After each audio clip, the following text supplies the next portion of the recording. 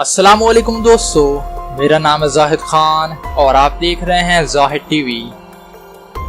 महंगाई अवाम के लिए एक अहम तरीन मसला है। महंगाई का तल्लुक किसी खास दौर या खास इलाके से जोड़ना भी सरासर गलत है।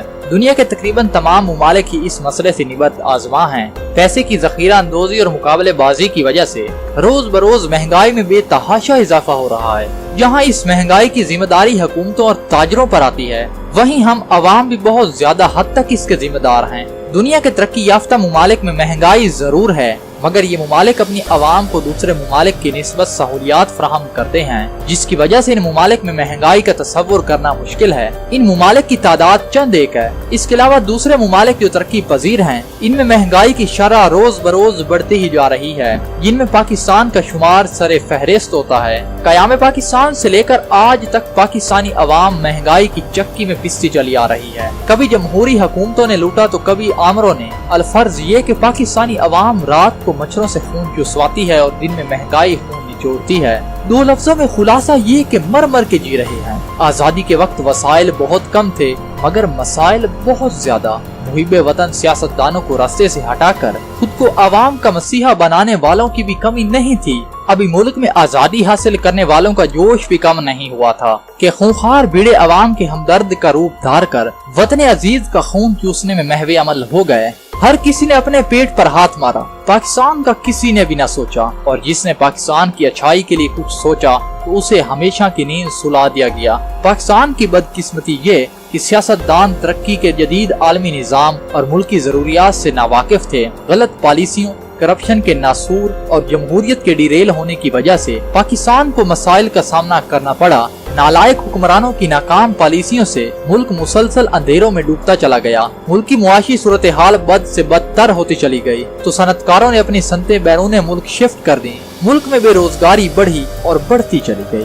गरीब गरीब तर होता गया और अमीरों के कुत्ते एयर कंडीशनर्स के मजे लूटते रहे। करप्शन के नासूर ने मुआशरे की हर चीज पर कालक तुल दी। कोई ऐसा इदारा नहीं जहां करप्शन ने अपना जोर न दिखाया हो। कभी जज बिके तो कभी सियासतदानों के जमीर का सौदा हुआ।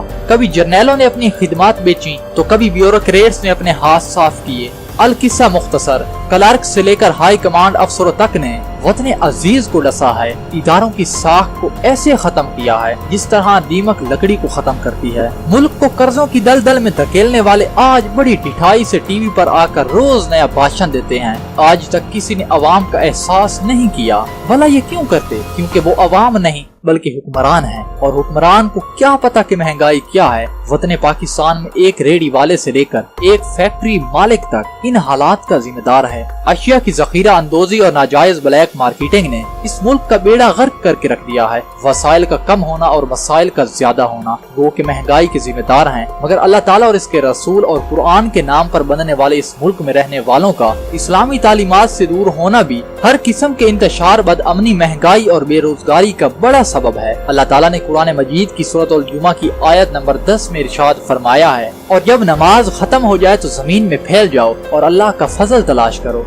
साहिब कुरान नबी आखिरुज़्ज़मान सल्लल्लाहु अलैहि वसल्लम का फरमान है कि तुम में से किसी को जेब नहीं देता कि हाथ पर हाथ धरे बैठ जाए और रिज़्क़ की तलाश न करे, और ये कहता रहे कि ऐ अल्लाह मुझे रिज़्क़ अता फरमा। तुमको इसकी जदोजहद भी करनी चाहिए, क्योंकि तुम जानते हो कि आसमान तो सोना चांदी नहीं बरसाता। हजरत अली रज़ियल्लाहु ताला अन्हु ने महंगाई को कम करने के लिए एक अजीम नुस्खा बताया, जिस पर अगर हम अमल कर लें तो आधी महंगाई उसी वक्त खत्म हो जाएगी।